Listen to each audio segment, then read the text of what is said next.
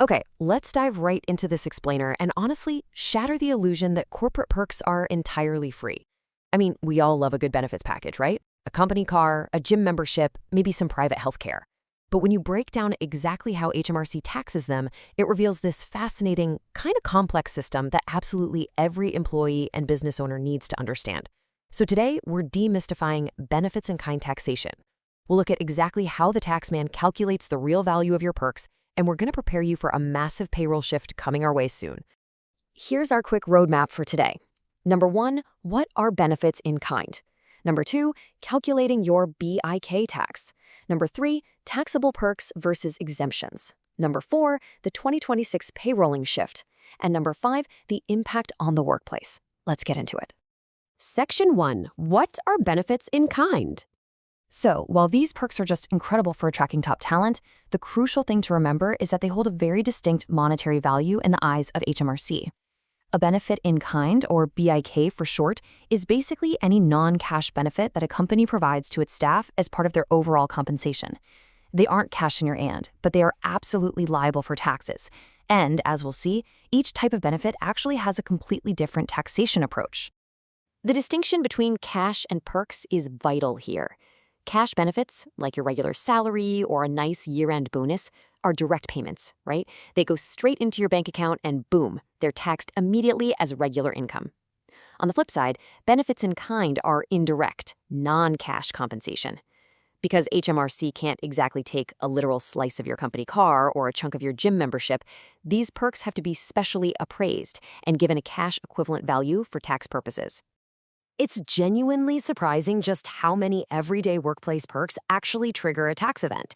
I mean, we're talking about vehicles provided for personal use, private health insurance, gym memberships your boss pays for, and even interest-free or low-interest loans. Honestly, even the personal use of company property or a mobile phone that you use for both personal and professional stuff falls right under this umbrella. It is a really comprehensive list. Section 2, calculating your BIK tax. Now, to avoid any nasty penalties, we have to precisely calculate this liability. But don't worry, the rules boil down a dense tax paragraph into a straightforward 3-step mathematical formula. First, you just identify the cash equivalent value of the benefit by applying HMRC's specific rules. Second, you add that value to the employee's taxable income and apply their specific income tax rate. Whether that's 20% for basic rate taxpayers, 40% for higher rate, or 45% for the additional rate. And finally, step 3, that simple calculation yields the final tax you owe on the benefit. Let's ground this in reality for a second. Imagine your employer provides you with a sweet gym membership, and it's valued at a cash equivalent of £600 annually.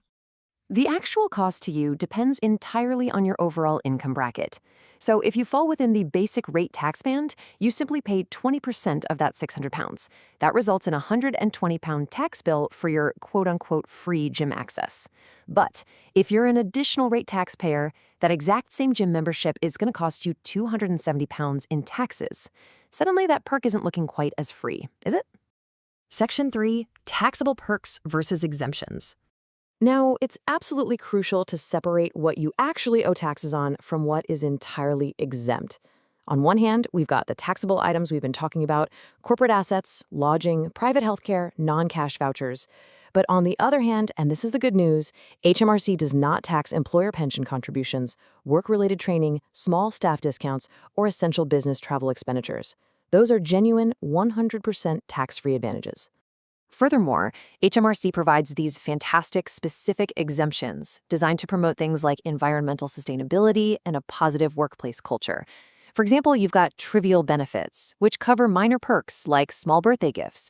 Then there's the Cycle to Work scheme, allowing workers to get bicycles and safety gear completely tax-free to encourage eco-friendly commuting. And employers can even offer tax-free allowances for annual staff events to help foster team building.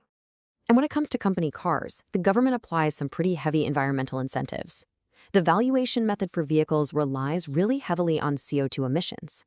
Think about the sheer difference here.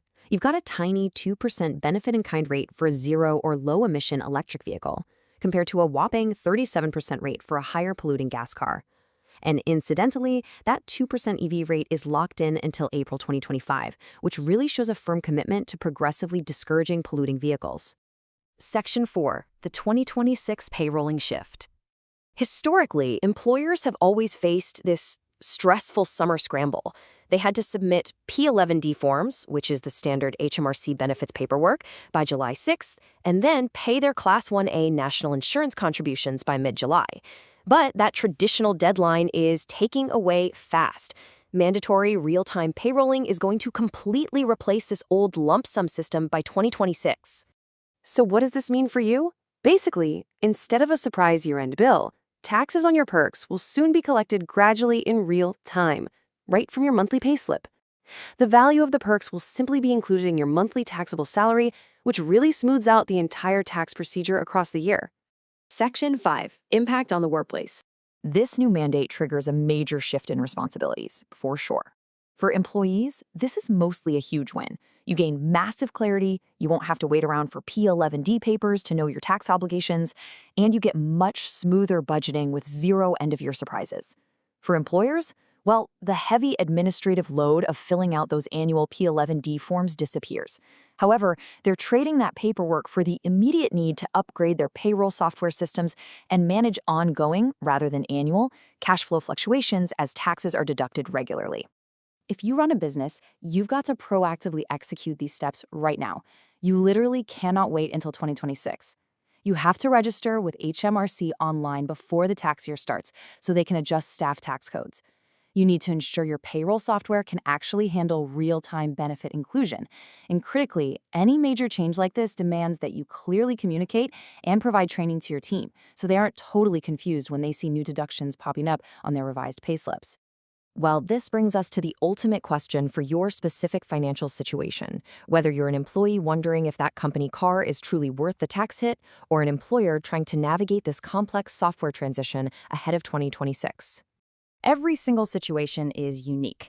The rules for accommodations, salary sacrifice schemes, and trivial benefits are highly nuanced. So take this knowledge we've discussed today, speak to a tax professional, and make absolutely sure you are future-proofing your business and your wallet. After all, when the tax man is involved, is anything really on the house? Thank you so much for joining me on this explainer, and keep learning. If you are looking for professional guidance, give us a call today. Sit back and relax while we do all the complicated work for you.